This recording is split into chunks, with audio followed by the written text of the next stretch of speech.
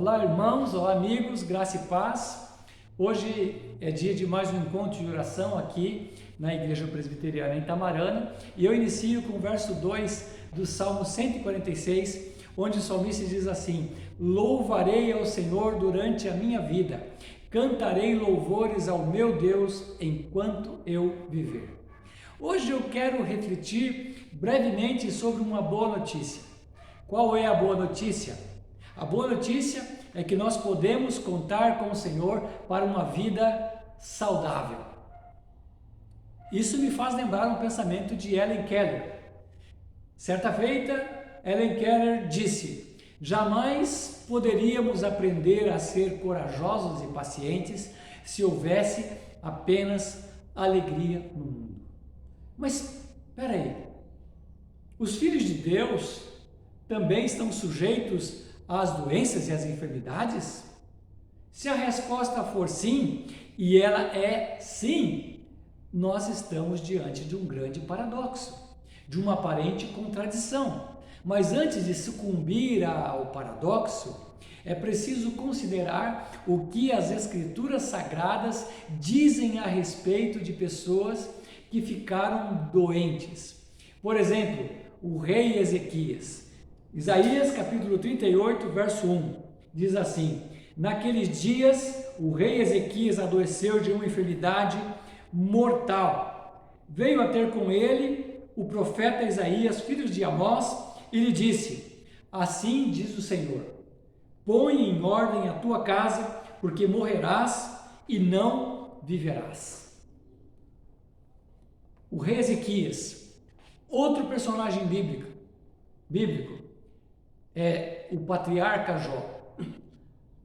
Lembrando aqui, Satanás havia ido à presença de Deus para acusar Jó de que era um homem íntegro e justo, porque ele era um homem abençoado. Deus permite que Satanás prove a vida de Jó. E a narrativa de Jó 2, verso 7 diz que Satanás saiu da presença do Senhor e feriu Jó desde a planta com tumores, desde a planta do pé até o alto da cabeça. No Novo Testamento, o apóstolo Paulo, falando aos crentes da Galácia, que ele, quando foi na primeira vez para pregar o Evangelho, ele foi por intermédio ou por causa de uma enfermidade física. Gálatas 4:13. Um amigo de Paulo, um amigo amado, querido, Epafrodito, diz Paulo que ele adoeceu mortalmente.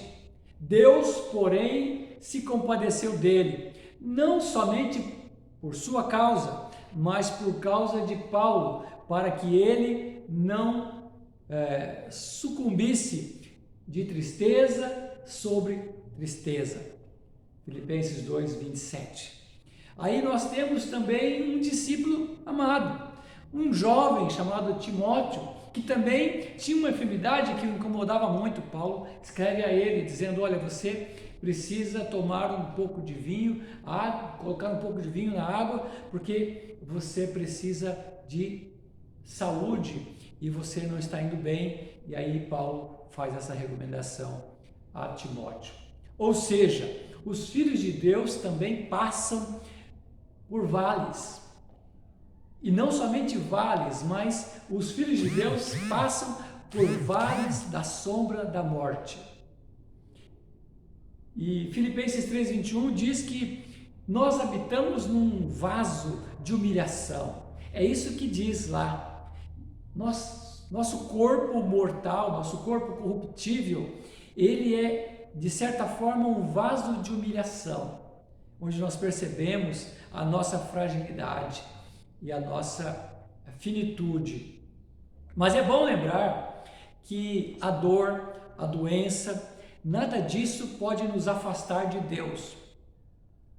Não pode afastar de Deus, porque a palavra de Deus diz, Romanos 8:35 a 39, o seguinte: que nada pode nos separar do amor de Deus, nem tribulação, nem angústia, nem perseguição, ou fome, ou nudez, ou perigo, ou espada, nem morte, nem vida, nem anjos, nem principados, nem coisas do presente, nem do porvir poderá nos separar do amor de Deus. Nem a altura, nem a profundidade, nem qualquer outra criatura poderá nos separar do amor de Deus que está em Cristo Jesus, nosso Senhor.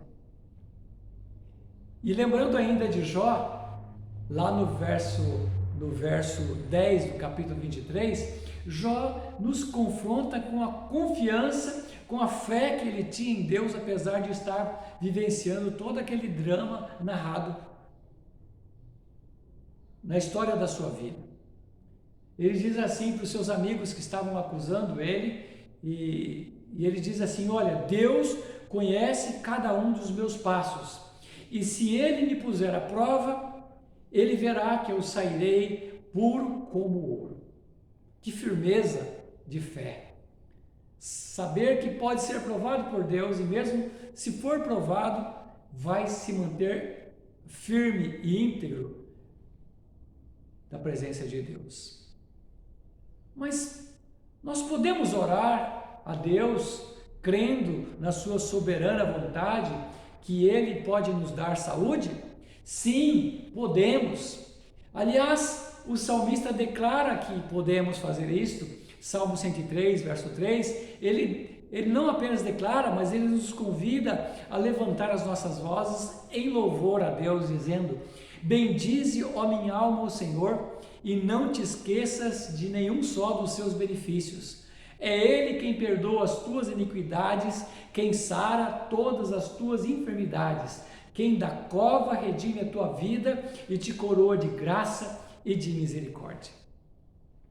O servo de Deus Stanley Jones, grande pregador do passado, disse em um dos seus escritos que existem maneiras e modos diferentes de Deus nos curar. Jones diz: existem os médicos, os medicamentos, as dietas, o clima. Também as cirurgias podem ser ferramentas de Deus para nos curar. Mas toda a cura é o grande milagre do Deus que nos criou de maneira tremenda e que nos conhece muito bem. Aliás, a palavra milagre esteve há pouco tempo atrás numa postagem aqui do grupo de WhatsApp da nossa comunidade. E alguém postou a seguinte frase: onde não existe remédio, existe o milagre. Onde não existe remédio, existe o milagre. E há pouco tempo nós vemos o milagre que foi Deus concedendo sabedoria do alto para os médicos, para os cientistas produzirem a vacina que está sendo tomada aí por muitas pessoas. Ou seja, nós confiamos em Deus em todo o tempo. Em todo o tempo Deus é bom. Nós falamos, uns aos outros. Mas eu gosto de uma outra frase também muito interessante, de Emil Brunner. Emil Brunner diz que a oração é a coisa mais ousada e mais humilde que o ser humano pode fazer. Ousada porque se atreve a falar com aquele que é maior que toda a imensidão do universo. Humilde porque só os humildes oram. E aqui então eu quero resumir dizendo que nós podemos recorrer a Deus pedindo-lhe que Ele nos dê vida, saúde, e isso de maneira integral. Nós podemos fazer isto. Sabe por quê? O profeta Isaías também responde. Ele diz assim: porque Ele levou sobre si todas as nossas iniquidades, as nossas dores e enfermidades. O nosso castigo, o castigo que nos traz a paz, estava sobre Ele. Ou seja, nós podemos contar com o Senhor. Podemos contar, porque nele nós podemos ter a vida saudável e feliz. É nele que nós encontramos a saúde que nós precisamos para a nossa vida física, espiritual e emocional.